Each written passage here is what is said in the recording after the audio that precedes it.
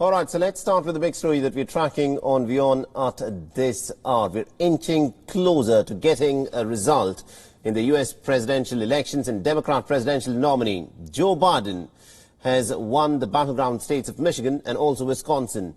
Hours after the power-packed election night, the numbers are now getting more clear. At this point of time, Joe Biden has about 264 electoral votes backing him, while President Trump has just about 214 electoral votes. The candidate who gets 270 electoral votes gets the presidency. The Michigan and Wisconsin, these have been the two pivotal Midwestern states that have given Joe Biden a critical and some would even say a decisive boost in the race to the White House.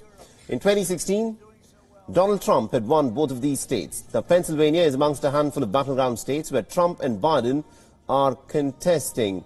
More than 1 million votes are yet to be counted, and Trump, who held a 675,000 lead, prematurely declared victory in the state. His lead narrowed, and the race is now a pretty tight one. The fight for the office is getting more complicated by each passing hour. In the latest, Trump's campaign has now challenged the vote counts in the key battleground states, including in Wisconsin, Michigan, and also in Pennsylvania. The Trump's personal lawyer, Rudy Giuliani, and also his son, Eric Trump, have accused the Democrats of sending in fraudulent ballots.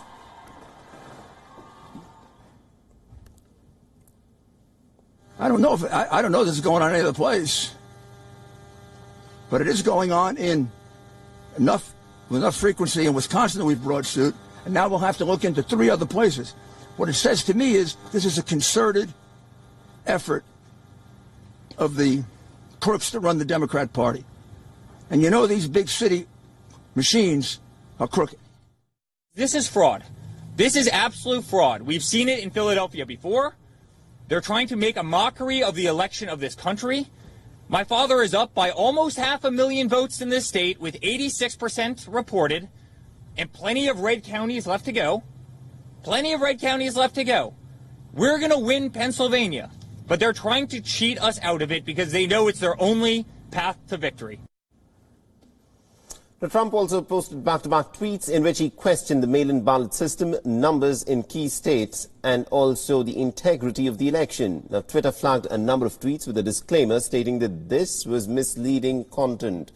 The fact of the matter is no candidate at this point of time has won the election, but it is increasingly looking like Joe Biden now has a decisive lead.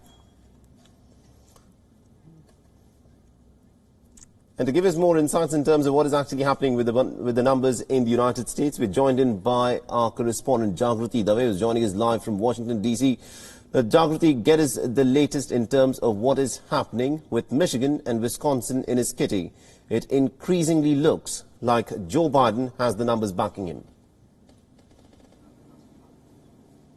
Yes, so the Associated Press and other news organizations have called Michigan and Wisconsin for Joe Biden.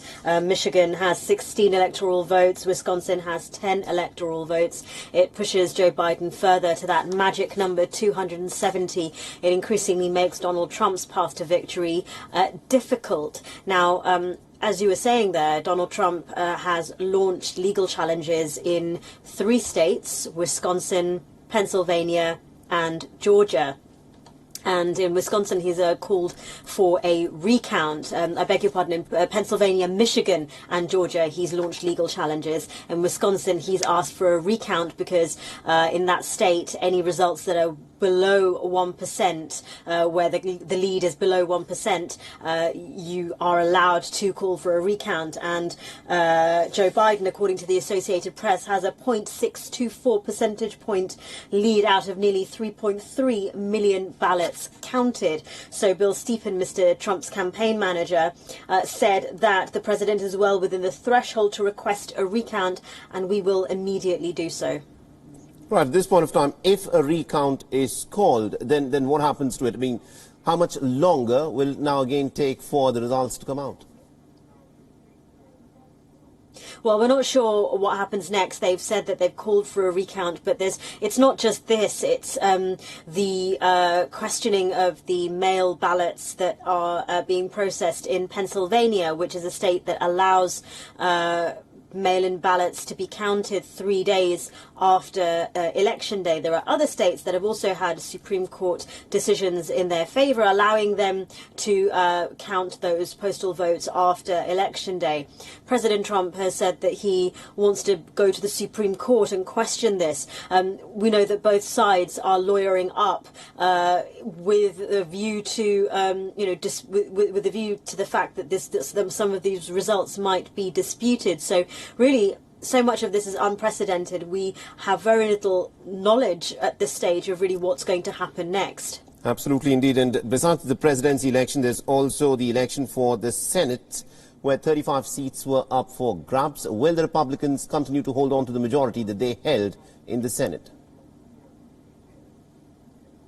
Well, it seems like they are going to be able to hold on to the majority in the Senate, and that even they've retained their majority in the House, but they haven't expanded it. Nancy Pelosi, the House Speaker, the Democrat House Speaker, may have even lost some power in the House and the power to push through legislation. Now, all of this is obviously hinging on what happens in that presidential election. It could be that we're looking at Maricopa County, one of the most populous, the county with over 60% of voters in that region, updating their vote count in a few hours. We might know clearly whether Joe Biden has managed to cross that 270 threshold, within the next few hours. In which case, obviously, this would change the game. Whilst Joe Biden is president, having a split Congress would make his life much more difficult when it comes to pushing through legislation or wanting to get any of his agenda through Congress. Absolutely, indeed. We'll have to leave there. Thank you very much indeed, Jagriti Dave, for joining us and getting us all those insights. So it appears that we'll have to wait for just some more time before we have a result for the US elections.